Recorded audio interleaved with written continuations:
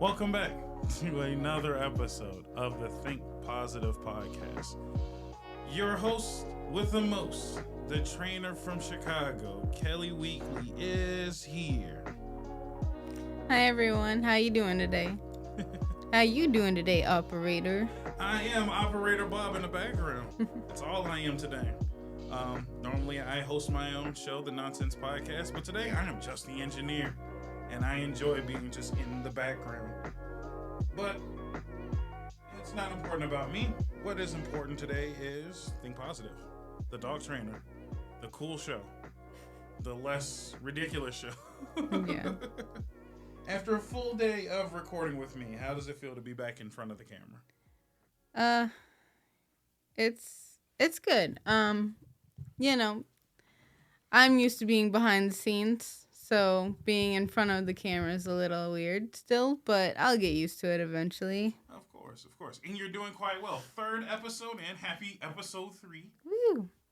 Let me rephrase, happy full episode 3, correct? Right, yeah. Because we had like a little intro episode, and now you're doing your third full episode. Right. Yeah. Yep. Quick info though. How does it feel to be back from vacation? Yeah, we went on vacation to Mexico and it was great. We went and we just hung out and relaxed and had a good time.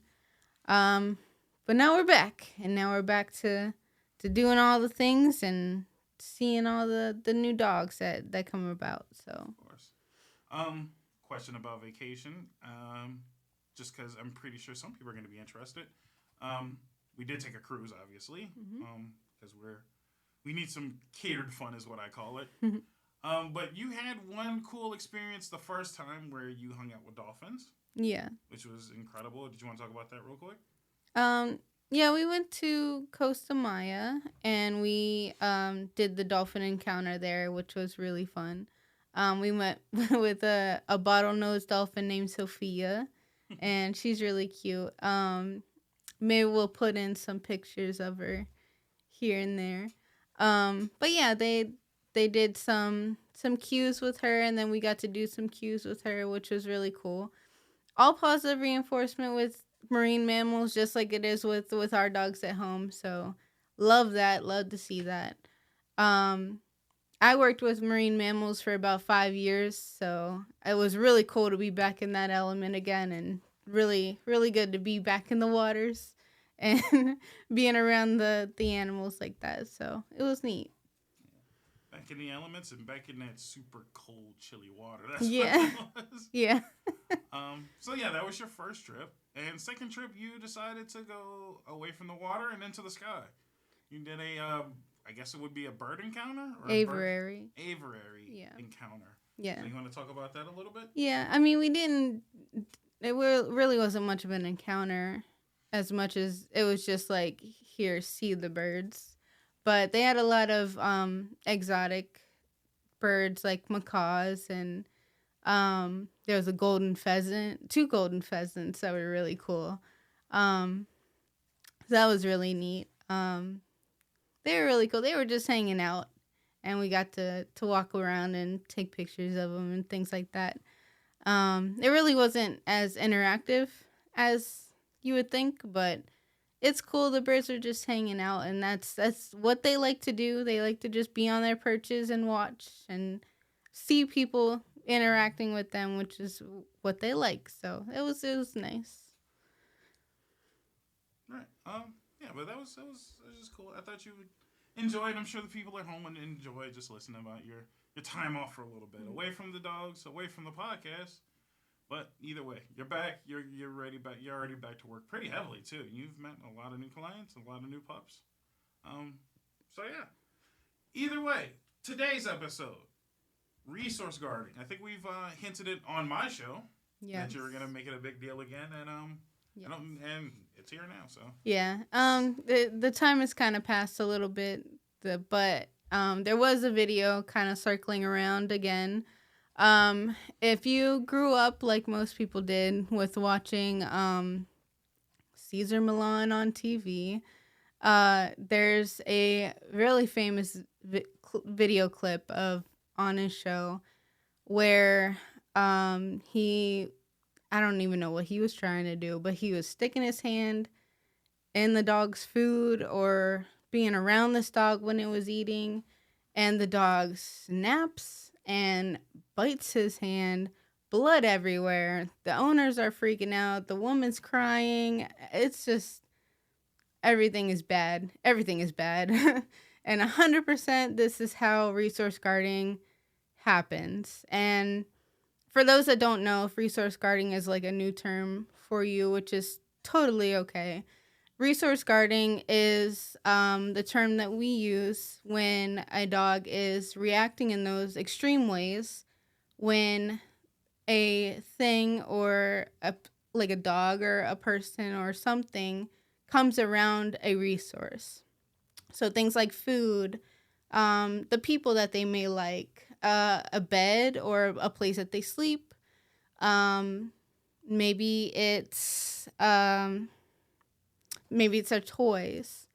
So if they react in this big way, or it could be, you know, just lunging. It could be biting. It could be growling. Any type of those things is resource guarding. And all animals have a level of resource guarding because that's kind of how they survive. But to go to that extreme where it becomes dangerous, that's where, it's good to seek out a professional and get that kind of resolved and calmed down a little bit. So I was going to talk a little bit about how you can prevent that, and especially with puppies, how you can avoid having those extreme reactions around food specifically. Um, and so it's just a really easy thing you can do. So you don't run into these big, crazy, extreme reactions when you're just trying to walk through the kitchen and your dog's eating their dinner. So yeah, we're gonna go through all of that. So, first off, I would actually like to ask a question. Yeah. With resource guarding, what's the, I guess, not the first sign, but what's the first thing you should be looking for? It could be a lot of different things. You really want to understand dog body language, and there's lots of resources online. But what you wanna see is, are they tense? Do they show whale eye, which is when they're like looking at you from the side of their eye and you can see like the whites? That's whale eye. That's kind of a stress signal. If they're really tense, if they're eating really fastly, um, if they are eating just fine and then all of a sudden they just start like scarfing their food, then you know, that's a sign. Um, if you do walk by and they start growling and they start doing the lunging, or if they do air snap at you or bite at you, those are things that you should really take note about and understand, and then seek your professionals. So yeah, with puppies, I say do this as soon as you get them, as soon as they're, in your home and they're rested. When they, get their dinner, and their normal dinner, just have it, in their bowl or however they eat their food. You're gonna take something that's like holy grail, top of the line stuff. So maybe hot dogs, maybe it could be cheese or a couple treats or something. All you're gonna do is walk over to just to the point where those behaviors are not showing, and toss some food at them. You're just gonna like, if you can get it in the bowl, like, you have a great toss. But if you can't and you're just like by it, that's fine too. But you're gonna toss some high value stuff.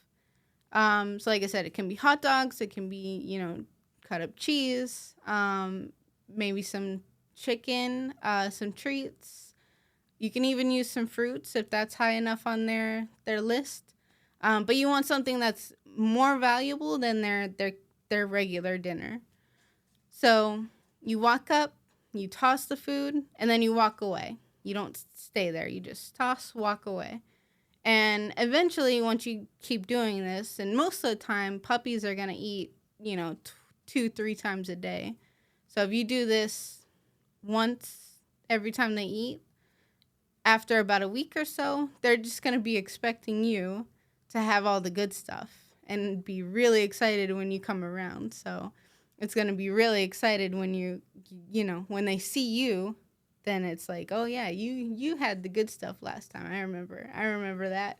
So you want that good experience to come about when you are coming around when they have their food around. So even if they're not showing any of this resource guarding behavior, it's it would be a good idea to start this like tossing the good food and walking away, even if they're not showing anything like that. So, question: is there a possibility that they, at that point, then start preferring the high value food over the regular kibble? They may. The point of it is to just do it like one time when they're eating. So they you're not gonna give them like a whole bunch where they're just like, you're not giving them a whole handful. It may be like if you're doing treats, it might be like 2, 3 pieces of it. So it's just like a little snack here, and then you walk. Um, it's just like a little taste of, okay, I have the really good stuff, and I'm really really valuable, and I'm really good, and then you walk away. Um, but yeah, if it does become a point where they don't even touch their food and they're just waiting for you to come around and give them better things, just hold off on your food on doing this little exercise for a while. So maybe you've rehearsed it over and over and over again. Um, and honestly, you don't need to do it for that long for them to really recognize that, okay, you're the good thing. You only really need to do it like a couple times.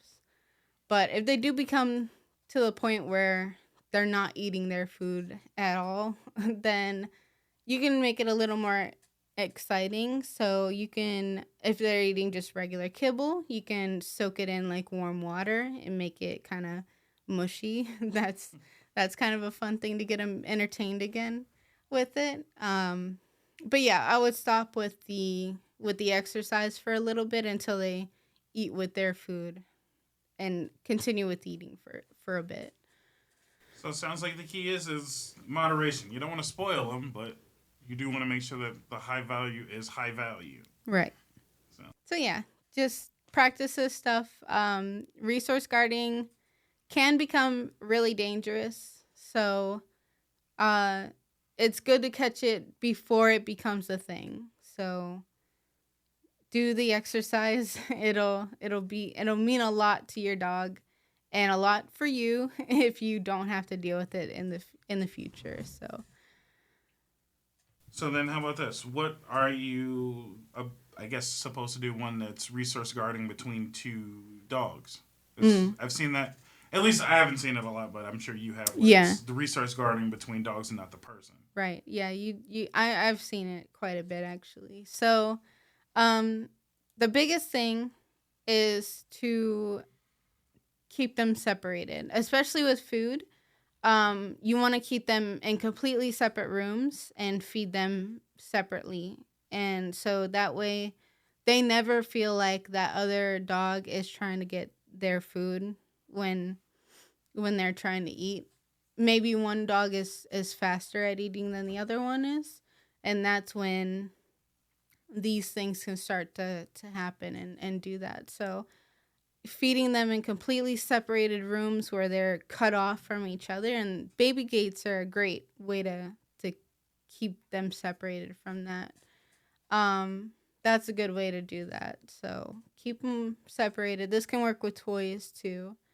um but yeah, just keep separation, make sure you're watching, and don't leave them alone with the resource that they're guarding ever, because that can be dangerous. And I think I maybe probably should have asked this in the beginning because I know there's also some instances where you've had clients come to you and say, "Oh, my dogs have an issue with resource guarding," and it's something completely different. So you might want to maybe discuss exactly the difference between maybe resource guarding and just maybe a dog who really likes their food and doesn't want anybody to take their food away, type thing. Well, even if it is they just don't want them to take their food away, it could still become a resource guarding. That still is a resource. Um so eventually that could still develop into resource guarding, even if it isn't guarding just yet. So you still want to do these measures, but the biggest thing, I guess, when people do start off like that is, well, the people are saying to me that that's happening because they feel like they should be able to take the dog's food away from them, or they should be able to handle their food without the dog reacting in a way. So the biggest number one thing in the world, everybody please, don't touch and don't mess with your dog's food ever. If you put the bowl down, leave it alone. Let the dogs eat, let them eat in peace. It's kind of, if you want to put it in human terms, if you had a really long day at work and you come home and you have this sandwich that you've been waiting to eat all day long and it's a great sandwich, and someone is like comes over and messes with it and ruins the sandwich for you and is like, here, okay, now you can eat it. It's like, well, I don't want it now. It's a mess. It's kind of the same thing like that. So I guess that maybe that's what it is. It's sometimes it's resource guarding because the dog might have an issue, and then sometimes it's resource guarding because you have the issue, right? And you're causing the problem. Yeah. And it's no knock to the dog owner themselves, but sometimes, just we as people don't understand when we cause some of the issues that we're seeing. Right. So I guess maybe that's more of what I was hinting towards. It's like sometimes we cause the problem, we don't realize it. Yeah. So yeah, that's a big thing. Think of yourself in that situation. I don't like when anybody touches my food. Right. I have my sandwich and my food made the way I enjoy it. Mm-hmm. And if you come over here and start, even if you mean well, if you think you're just cutting the crust off my sandwich, don't touch my sandwich. Right.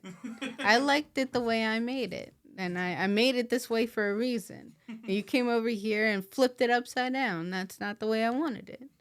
So that's all. So that's all. If your dog's eating and is enjoying his food, just let him enjoy his food. Let him eat. That's all. All right. So you had a secondary topic, but I think we can maybe toss in a quick commercial break. Sure. Because we don't do commercial breaks for you too often. No. Short one. Let's do, one or two, and then we'll come right back. Okay. All right.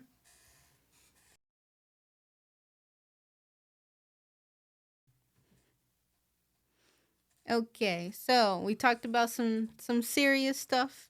How about some fun stuff? Fun stuff. The summer, well, I guess the spring and the summer is coming up. So why don't we talk about some fruits that you can give your dogs and some fun things that they can eat. So, I know my dog loves fruits. So,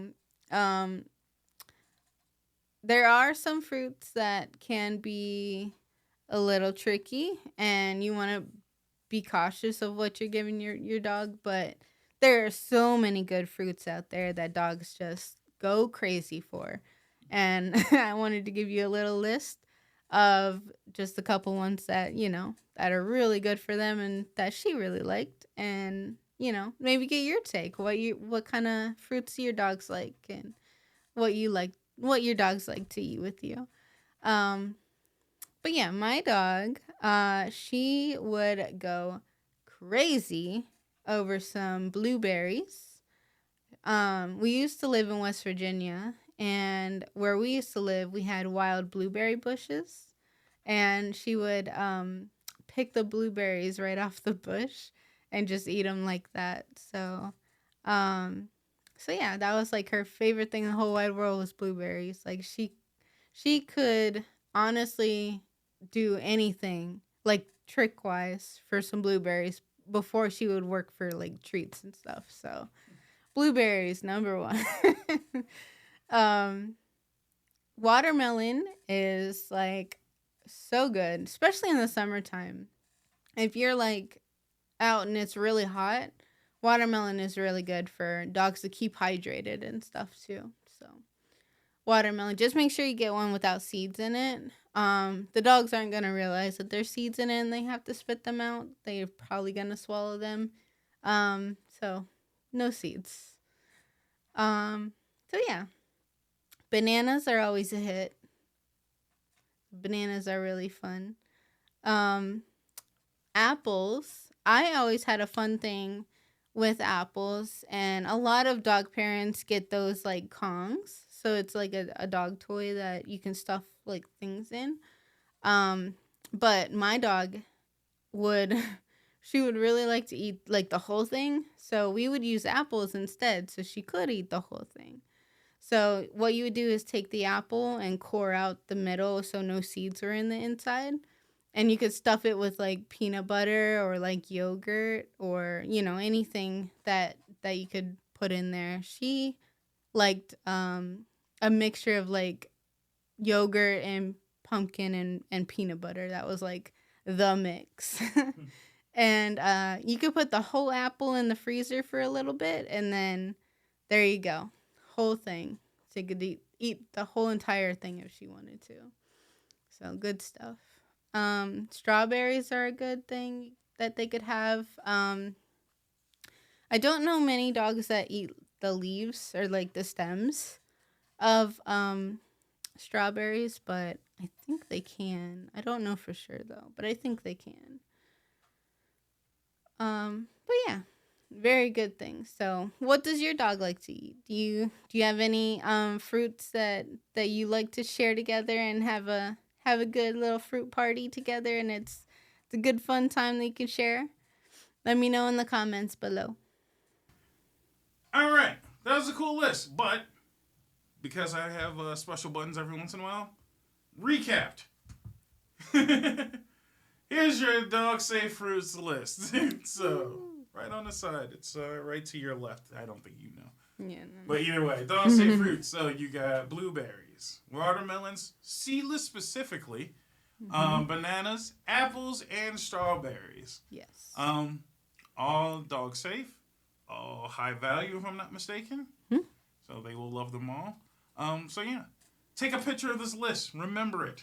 Remember this moment if you're watching on YouTube. Yes. Mix them together if you want. You can. That's really good. If you can make a little fruit salad, they'll love it.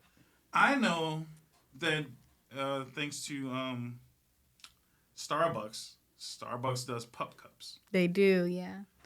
Would you consider a smoothie for dogs? Is that a thing? That is a thing, actually. Oh my God.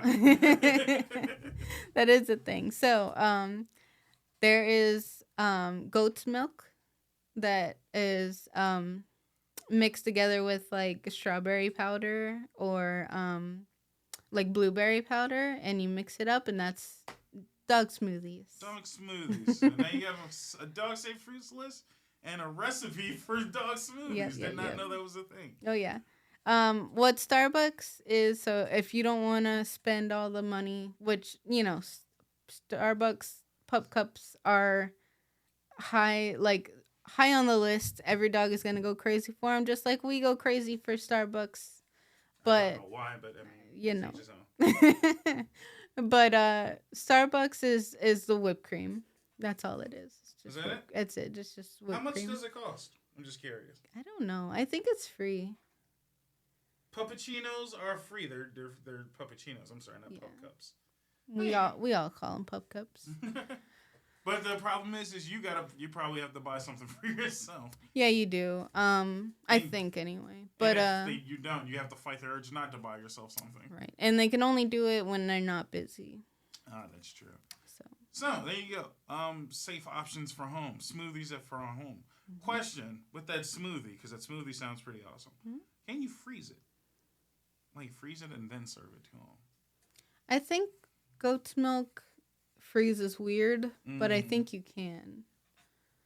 So everybody at home, try it and comment below. Let us know. Yeah. I don't think you'll hurt the dog. No. I think it just freezes kind of like slushy, like probably. No, it's more like froyo in a way. It's more like it's really hard, and it's just like chunky. So you know you that know, might be a thing more suited for bigger dogs like huskies. Huskies maybe. probably would go crazy for that. Hmm. Yeah, there's a really popular brand, kefir, that does goat's milk like specifically for dogs. So if you go to like a small pet store, a lot of the time they have them in their freezers. So look, keep on the lookout for those. Cool. That sounds awesome. Mhm. So not only did you get a cool list, but then you got you got a recipe to go with Mhm. it. That's Oh awesome. yeah, I did not. I honestly, you surprise me every episode with I just the know. vast knowledge of this is a thing that I would have never guessed is a thing. Mhm. I lost it with pup cups in general. Oh yeah. So I now to know that there's puppy safe smoothies. Oh yeah. And just quick, just real quick, because I'm pea brained when I'm on the other side of the camera. What's that recipe again? Especially double for the folks at home. It's goat's milk, and you can honestly just do the goat's milk, but you can do other things in it. So you could do like, as long as it's safe for the dogs, you can put like strawberry powder in it, or blueberry powder, since we were talking about the fruits. As long as it doesn't have xylitol in it as a sweetener, you can do peanut butter powders. Um, Watch the proteins though. You don't want the dogs to have too much protein in their diets. That can give them a little too much of it's something to do with their kidneys. I can't remember right now, but it's some type of vitamin in their kidneys that doesn't work if you feed them too much proteins all the time. Right. But yeah, good stuff. Question: would it work better with just fresh ingredients? Oh yeah, probably. So just because I'm looking at this listing, I'm gonna pull the list up one more time. Um, because you got bananas and strawberries on there, and I'm a sucker for a strawberry banana smoothie. It's true. So strawberry banana, maybe a little cup of peanut butter, because dogs like peanut butter. It's true. So that sounds like a smoothie for you and the pup. You guys can share. Hmm. And then everybody has a blender at home at this point now, so you get your nice Honestly. little NutriBullet. You blend that up. You get a cup for you, a cup for the pups. Now you guys are lounging on the beach with a nice smoothie. That For the sounds... beach. Yeah. Yeah, no, as long as everything's dog safe and there isn't anything crazy in there. Keep everything natural and keep it safe, and yeah. I was gonna say, because obviously the fruits are gonna be fine. So Hmm. goat's milk, I mean, people drink. What about almond milk? I know there's a big fans of almond milk on the human side. Can dogs Yeah. have almond milk? I think they can. I don't know. I don't know for sure though. So don't quote us yet on the almond milk. Yeah, I'd have to look it up. But I think they can though. Cow milk is a no, if I'm not mistaken. They they can. It's just not the best thing in the world for them. So it's hard on their stomachs Gotcha. in a way. So again, not trying to steer you away. Goat's milk seems like the best way to go, but I mean there are some almonds. We'll check into almonds for the next episode. We'll give you a recap. Yep. But yeah, I mean honestly, I've made a lot of my smoothies with just water. Yeah. So you just blend up some fruits, a couple ice chunks, and some water. Mm-hmm. It's a little less delicious, but I mean, if you're trying to cut calories, that's a good way to cut calories. Yeah. And you just pawn off the extras to the dog. Right. And it doesn't necessarily have to be like a smoothie. You can do like a yogurt bowl, or I think the fancy Californians call them an acai bowl. And you can just, get a yogurt bowl and just put all the fruits in there, and there you go. So Jeez, there you go. put all the stuff in it. There it is. Tasty snacks from RK9. Yeah. Matter of fact, do yourself a favor. Run to www.rk9training.com, because you still do blogs on occasion, right? No blogs. No blogs? But I do on my Instagram do dog treat recipes every So there week. you go. I'm sorry. You can still go to the website, but then just go to the Instagram from there, and she'll post up maybe like a little puppy summertime recipe, so that way you don't forget it. Yeah, that's awesome. Mm-hmm. Human and pet friendly smoothies. It sounds great. especially with the hot weather coming up. Yes. Sadly enough, all of those, I'd never had goat's milk, but I'll try it. Yeah, I've had goat's milk before. It's really good. There you go. It's a little thicker than than the milk that we drink normally, but if you've had like fresh milk from like from a farm, it's really similar to that. No, well, there you go. It's not weird. It's just something you might not have had. Right. So there you go. Something for you to try, and something for your pet to try. You never know. You might become a fan of goat's milk, and obviously the dog's gonna love it. Oh yeah. Yep. Good stuff. That's really awesome. You can never go wrong with cheese. The cheese tax is always real. Cheese tax is real. So. All right. So there you go. There's some summertime snacks. And again, if you want to, take a good look at the recipe, I'm sure Kelly would not mind posting that to her Instagram. That sounds like a great thing. For sure. And again, as a guinea pig of many times, most of the things that she recommends are actually pretty tasty for the people too. So I've had some of her dog treats because you got to try them, and they're actually not bad. So the dog treats she makes are not bad. Is nothing in the dog treats that people have not already eaten themselves. And honestly, some of the dog treats, I'm like, if you throw in a couple extra sugars or something, that's just a really good cookie in general. The pumpkin peanut butter one was actually surprisingly tasty. Yeah, it's good. So, I'm not saying this is a weirdo, but I'm just saying the food's safe for dogs, it's safe for humans. This, again, the smoothie, I would drink the smoothie. The banana strawberry smoothie sounds awesome. My favorite smoothie, my go-to smoothie. And now you can share it with your pup. That sounds great. It's true. On a summer, just again, imagine summer day on the beach, you and your pup drinking a smoothie in the sun. You're trying to catch a tan. Can dogs tan? I don't know if dogs can tan. They can sunburn some, but there is, if you do have a dog that has a fur that's a little on the lighter side, you do want to have sunscreen for them because they can sunburn. Fun fact again. You're killing me. So smaller. So I'm thinking your terriers. Yeah.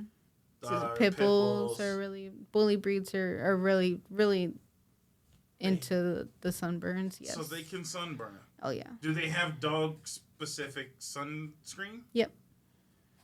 Jeez, man, you learn something new every day. So when you're on the beach drinking your smoothie, make sure you lather up with your sunscreen and you lather up your pups with the sunscreen. Your pups got sunscreen. It's good for all, any dog to really have sunscreen on, but it's important for the dogs to have a little less fur than the other ones to have it. There you go. And with summer around the corner, you got 2 great tips to go. So yeah, that's awesome. Never ceases to amaze me. The things offhand, and mind you, again, I always tell people these conversations are very randomized. She always has her, tips of the day, but the things I throw at her are just like, what about this? Yeah. Even the list of fruits and smoothies, that was semi-planned, but obviously not planned well enough where I made a list on the fly. That was some on-the-fly editing right there. Look at that. Pro editor right there. I try my best. It's fun to do. Oh well. So that's your 30-minute episode of the day. Hopefully you guys learned something new because I definitely did. I always do. Oh yeah. Anything you would like to let the people know at home? Yeah. If you are looking for dog training, I do virtual and in-person training as long as you live in the city of Chicago. You can find me on rk9training.com or rk9training.com. Just real quick, bam, pulled it up right on the screen for you. So now you can see it. Look at that. So yeah, go there, support. There's a lot of things on that website. So many things. If you want, tips on some, things that you need, like harnesses and leashes and products. There's things on there that you can buy through Amazon. If you live in Chicago, there's a resource page of just people that I work with that are so great in the dog business here that would just love to talk to you and work with you. if you're struggling with potty training or puppy nipping, there's ebooks on there that could help you out. So many things on there. I am very, very, very active on my Instagram page. So if you want puppy tips all the time, go on RK9 Training LLC, and there's stuff on there every week. There you go. So to the people at home, you know where to reach her. She's just an open book of information. I've seen everything in action, and again, the podcast is only the tip of the iceberg of her vast knowledge of everything that comes with animals. Mm-hmm. So yeah, do yourself a favor. Book yourself a session. Book yourself a virtual, because again, you don't even have to be in the city to book a virtual. You might just learn something that you just needed to get, some quick information on, and some one-on-one training with. So, always great things. Always have a trainer in your pocket. There you go. So, with that being said, that is an episode of Think Positive. Your hosts, Kelly Weekly, and your boy in the background, F and Bob. Engineer of the day. This has been another episode. We will see you next time. Bye-bye. Bye-bye.